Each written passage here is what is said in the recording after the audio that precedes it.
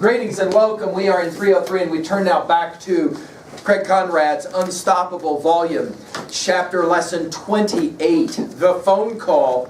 And let's jot down really quickly in your journals a couple of the topics for focus for us. First of all, let's go ahead and write this one down. Clearly, this is one of those key unstoppable philosophic concepts. We are our choices. Let's write that one down. We are our choices. Who we are and what we are, primarily the choices that we make. Also, let's go ahead and point out that there comes a moment when a man or a woman must act. Let's maybe take a look at this chapter and see how that one works, all right? The phone call. My palms were sweating as I dialed the number to the Department of Corrections in Canyon City. Over 700 students, parents, teachers, coaches, administrators filled the seats in our auditorium. With a speakerphone hooked up to the PA system, you could clearly hear the dial tone and the ringing of the phone resonating through the air. It was electric. Over 700 people sat stone cold silent, anxiously waiting for the pickup at the other end. As I looked into the eyes of the crowd, I thought about my former student, Don Smith, now number 363934. I thought how alcohol made him stoppable. He certainly wasn't the first, and unfortunately, he wouldn't be the last. But his situation was the straw that broke my back. I'd had enough. It was time to do something, and this was it. I called the presentation, The Unstoppable You. This was the very first one. By the way, this is the genesis. This is the beginning of Mr. Conrad's Unstoppable program. He felt like, with the story of this young man, Don Smith, he had had enough of the challenges in front of him without doing something. Again, sooner or later, each of us has to determine the moment when we finally decide to act. Let's continue. Hello, Department of Corrections. Rocked me from my daydream. It was showtime. I first asked to speak with Don Smith's caseworker. The question I most wanted all of the kids to hear the answer to was this simple question. How many inmates are in prison because of drugs and alcohol? The answer? About 95%, the caseworker replied. That is the national average as well. 95% of the people in incarceration report they are there because of drugs and alcohol. 95%.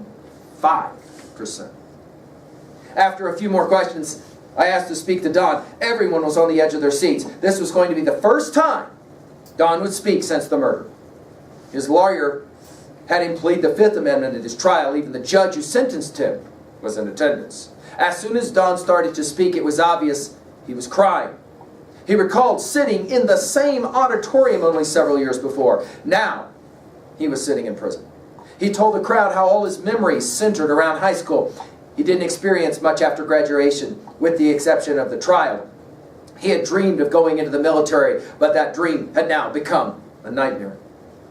I asked him to tell what happened the night he shot his uncle. Don explained in vivid detail the events leading up to the murder. He told how I broke up his party. He talked about going to the high school dance and getting more beer. He described walking to his uncle's trailer house and kicking open the door. Then I fired, he says, 6 rounds into his body, Don said in a cold, calculating tone. When I asked Don how many of his friends who had been at the party had called, written, or visited him, he sheepishly replied, none. He also told me of the fears he lives with every single day. He told about how one of his fellow inmates, a friend, was stabbed repeatedly in the neck with a screwdriver. That friend was partially paralyzed from the attack. The crowd was visibly moved when I asked him what he missed most. I miss walking on green grass. I miss seeing the moon and the stars. I miss going to the refrigerator and getting something to eat. At the conclusion of our conversation, Don gave powerful advice filled with sorrow and regret for not following in his footsteps. I could see many eyes being wiped in the audience. When I hung up the phone, the judge who sentenced him got up to speak. She explained why she gave Don 40 years with no chance of parole. She also talked about his blood alcohol level the night of the shooting and the role it played in her decision. Having the judge speak right after hearing Donnie's testimony from prison packed a powerful 1-2 punch. It was unforgettable. The best part of it was when over 95% of the students shook my hand, making a commitment to be unstoppable, drug and alcohol free. I would do many more phone conversations with Don in Colorado and Wyoming over the next several years. The Unstoppable You program always concluded with the overwhelming majority of kids making a commitment to be unstoppable. I have personally shaken the hands of close to 100,000 kids as of this writing. I still continue to do the phone call conversation as part of the Unstoppable You program, only now I make the phone call to a different number.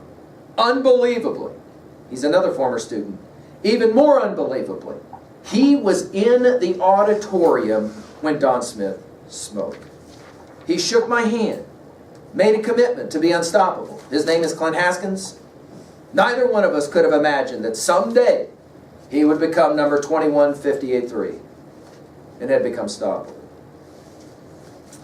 And then the final observation when the phone rings, make sure you're on the end of the line, that is the unstoppable you. Let's make a couple of quick observations for your journals about this reading. Notice where his friends all are.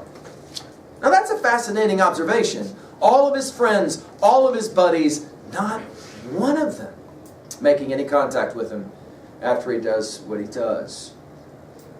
Notice the stuff he said he missed. Did you notice this? Let's write it in our journals. It's always the simple stuff. It's always the routine stuff that is most missed. Don Smith reporting, man, if I could only just walk to my fridge and get out some food for myself. In other words, freedom. The freedom that he misses. Question number 3. Can we learn, that is to say gain wisdom from another's mistake? It seems to me this is at the heart of the Unstoppable program. Can we learn from another's mistake, or do we have to make the same mistakes over and over again? Of course, I think it makes sense for this promise that Mr. Conrad's always challenging students, this to stay drug and alcohol free, as a legitimate promise that one would make to oneself. The obvious question is, what do you do when you break the promise to yourself over and over again? And how do you live with yourself? How do you move on in your life? That, it seems to me, is the real challenge. That, it seems to me, is the real challenge. Well, there you go, lesson 28, right? We'll come back to continue later.